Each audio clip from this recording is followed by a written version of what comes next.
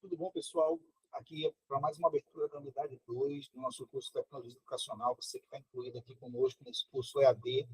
Um abraço para todos os 5 polos aí que estão acompanhando nossas aulas. Espero estar colaborando e contribuindo um pouco mais para o conhecimento de vocês. Uma área tão legal, tão gostosa que é a tecnologia envolvida com a música, certo? Bom, nesse aspecto aqui, deixa eu só fechar minha câmera para melhorar aqui a transmissão. A gente tem o que eu chamo de... Nessa unidade, a gente vai falar sobre o arsenal sonoro. São os equipamentos que nós utilizamos para, hoje, estabelecer uma conexão do que é analógico com o digital, ou seja, o que está fora do computador e o que vai ficar dentro do computador. É quase que inevitável que hoje se trabalhe som fora do computador, né? Se trabalha... lógico, a gente precisa de microfones, precisa de fones de ouvido, caixas de som, e eu posso fazer música analógica como um todo, mas se tratando de um pensamento voltado para a educação musical, seria muito útil e necessário que o professor, o futuro professor de música, pensasse em dominar um pouco as técnicas de processamento do áudio a partir do que a gente vai apresentar aqui, tá? Então, nesse contexto, a gente tem a figura do professor que associa as tecnologias digitais com o seu fazer musical. Então, é ele que grava uma música, é ele que grava a base de um violão para um aluno tocar com flauta, para um aluno cantar, né? Ele faz as bases todas das músicas para o coralzinho dele vir e cantar. Ou ele tem as aulas presenciais com o aluno e manda no WhatsApp do pai, ou no próprio WhatsApp do aluno, elementos sonoros adicionais àquela aula, ou seja, complementares para que o aluno em casa ele possa continuar treinando também. Todos esses recursos fazem um diferencial, criam um diferencial que, inclusive, vai promover esse professor para um aumento do poder de ganho, realmente, poder de ganho financeiro, porque a gente está aqui, estou formando vocês para serem profissionais e viverem disso. E é muito comum hoje a gente perceber que os profissionais de música têm perdido espaço para as tecnologias, no sentido de que aplicativos de aulas de música ganham mais adeptos do que propriamente as aulas de música presencial.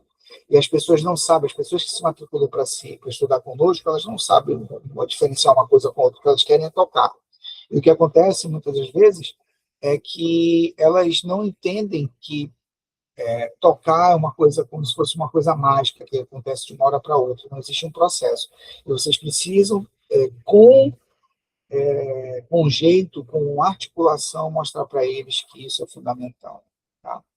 A figura desse professor que mexe com as tecnologias, que trabalha com isso, vai colocar ele em um ponto de destaque. Bom, a gente vai comentar um pouco sobre esses equipamentos. O primeiro equipamento que a gente precisa relacionar é o microfone. O microfone ele é responsável por captar a voz. Ele é um equipamento desenvolvido, tem de várias marcas, várias qualidades e tudo mais.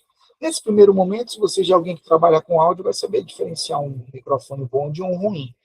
Mas hoje no mercado vendem muitos modelos e vale a pena você testar alguns modelos antes de adquirir. Mas eu digo assim, do mais simples ao mais sofisticado, todos eles vão dar resultado se a sua missão é capturar a voz, capturar algum instrumento. Lembrando também que o celular já vem com microfone, então você não precisa comprar se for gravar no celular, né?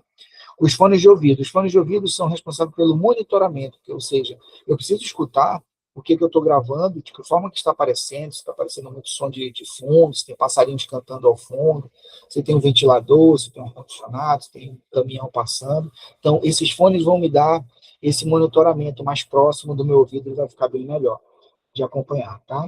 Um outro elemento é a interface de áudio. O que é a interface de áudio? É esse equipamento está aqui na imagem, do lado do computador. Ele é o responsável por se conectar o microfone nessa máquina, nesse quadradinho cheio de botões aqui, e ele transforma o sinal elétrico que vem do microfone em números. E esses números saem através de um cabo USB e vai direto para o computador, porque o computador ele lê números, ele não entende som. Então, um som digital é um som baseado num protocolo, num pacote cheio de números que só o computador é capaz de ler. Então, a interface de áudio é esse outro modelo que a gente vai ver nessa unidade 2. Um outro é a mesa, é o sistema de som propriamente dito, tá? A mesa de som, as caixas de som, hoje o monitor do computador também faz parte dessa sistemática. A gente olha aqui na imagem que foi gerada, tem uma mesa de som, cada canal desse controla um instrumento, cada instrumento é ligado num canal desse.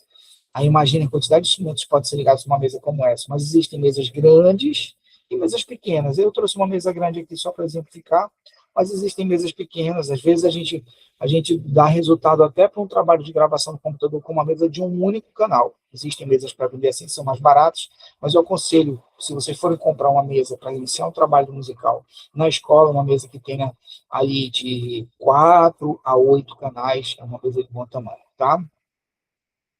O, a gente tem também as questões que eu sempre trago aqui, os desafios amazônicos, né?